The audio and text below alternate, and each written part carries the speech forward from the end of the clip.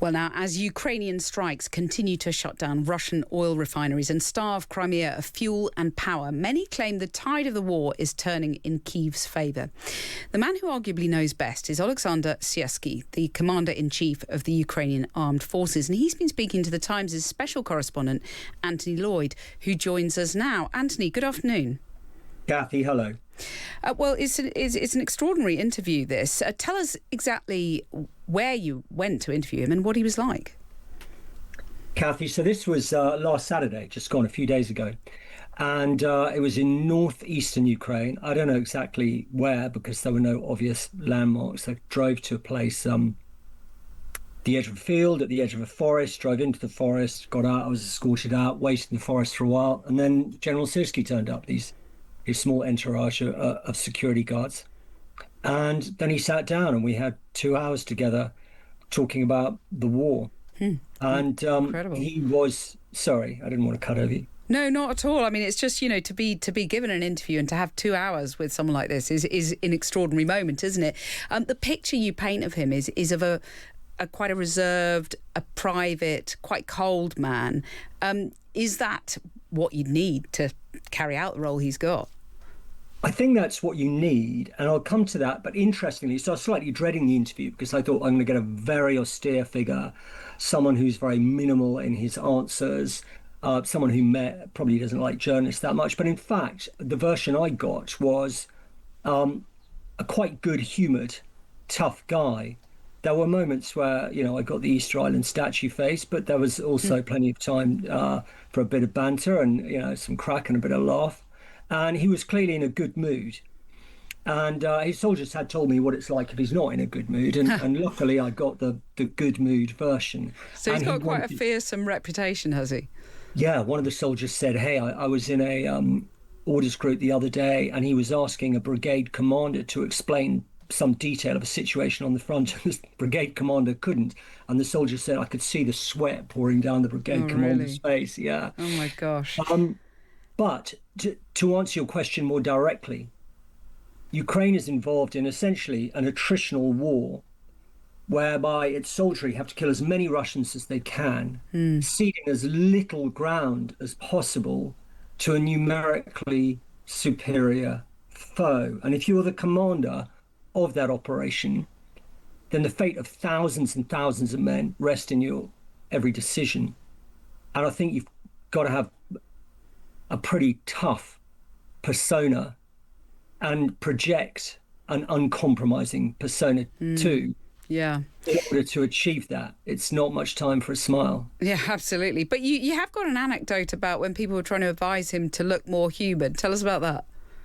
That was really interesting. So in Ukraine, he is sometimes compared unfavorably to his predecessor, General Zaluzhny, who was he took over from in February 2024. General Zaluzhny is now Ukrainian ambassador over here. Zaluzhny is a much more kind of warm and apparently extroverted character. Many people were slightly sad when he went, but they also criticized Syrsky for his repeated tendency to counterattack when possible, even when he hasn't got many guys on the ground, and withdraw as slowly as possible.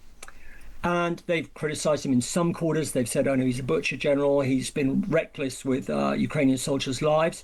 Many of his supporters say that's unjust, including Western officers I spoke to, incidentally. But someone told me that, an officer told me, there was an effort to palliate or soften General Syrsky's image. And he was going on one of his visits, which he does, to visit wounded soldiers at a hospital.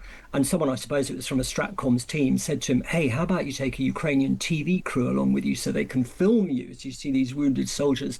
And it would kind of soften your image. And apparently he just gave him a look of stone and said, oh, wounded soldiers are not an advertisement. And then went to visit the wounded man himself, which I thought was fairly illustrative. Yeah, and impressive as well. I mean, he's got a point, hasn't he? He didn't want to be part of some kind of PR initiative. Yeah, indeed. I mean, much of the rhetoric around the war talks about momentum being on the side of Ukraine, and we've heard all about the difficulties Russia has mobilising people at the moment.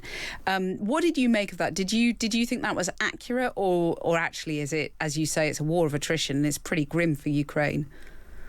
It's certainly pretty grim for Ukraine. One thing I do think to answer the question, has there been a change, and has that change advantaged Ukraine? I would say yes, very much so. But I'd say that change is fragile. It could reverse, and it's early days. So let's get into it. But what the general said himself, he said, I quote, "I can't say outright that the war is approaching a turning point yet." Then he said that he hoped that Putin would mobilize all his forces and assets and then undergo this thing in Clausewitz's theory of war, whereby you lose your momentum, you exhaust it, you reach a peak. And there's a fantastic German word for this. I hope I'm pronouncing it right. Kulminationspunkt. Oh, wow. And yeah, my granny from the old country would be proud of me. But anyway, after that, he expected Russia to kind of wither. Then he said there'll be a turning point. Here's what I think it's very important to remind ourselves. At the moment, Ukraine is advantaged. Why is it advantaged?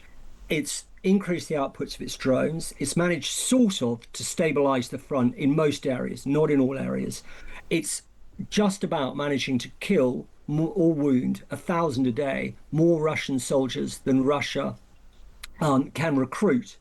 It's got an extremely effective mid-range drone campaign, which is breaking up Russian logistical routes, and it's hitting Russian long-range infrastructure targets, particularly oil refineries, as we saw last week in Moscow. So it's bleeding the Russian economy.